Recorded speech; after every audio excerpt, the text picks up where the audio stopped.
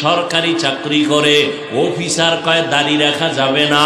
আমার সামনে এসে কয় হুজুর দোয়া করেন। স্যারে যখন কইছে দাড়ি কাটো, দাড়ি রাখা যাবে না, আমি বললাম দাড়ি ছাড়া চাকরিও করব না। রিজিকের মালিক কে? কতটুকু আল্লাহ যে রিজিক দিবেন, কতটুকু দিবেন? অর্ধেক না পুরা? কয়দিন? সব সময়? কথা বলেন, সন্দেহ? রিজিক যে আল্লাহ দেন, এর কারো সহযোগিতা নিয়ে বলেন বলেন, এই কথা সন্দেহ নাই। তাহলে আপনি কেন চাকরির চিন্তা করেন? কেন আপনি টাকার পেছনে দৌড়ান? কেন আপনি হারামের পেছনে দৌড়ান? আর রিজিকের চাবি যদি কোনো মানুষের হাতেই থাকতো, তাহলে আমগো হুজুরগো কত আগে না খাওয়ায় মেরে ফেলতো। আল্লাহ বুঝাই দিলেন রিজিকের চাবি কার হাতে।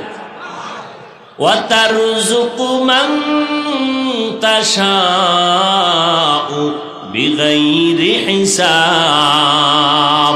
আল্লাহ নগদ দেখাইছে। নগদ কয় কেমনি? কয় করোনার ভিতরে দেখো নাই, স্কুল বন্ধ, কলেজ বন্ধ, ফ্যাক্টরি বন্ধ, ট্রেন বন্ধ, বাস বন্ধ, চাকরি বন্ধ, ব্যবসার ব্যবসা বন্ধ, সব বন্ধ হয়েছিল।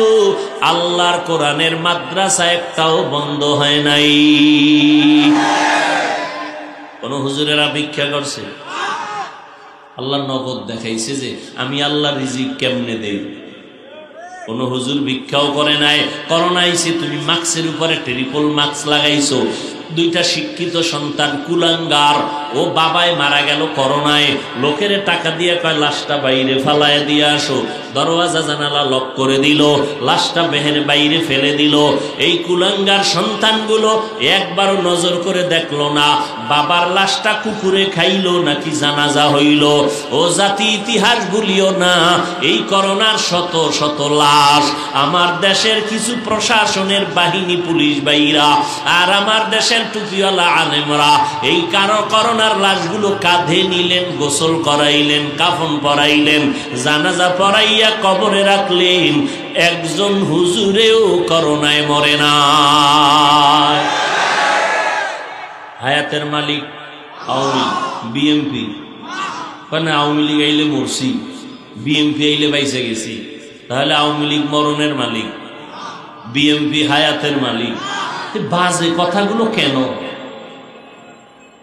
ও আল্লাহর বান্দারা, রিজিকের মালিক আমার আল্লাহ, হায়াতের মালিক আমার আল্লাহ।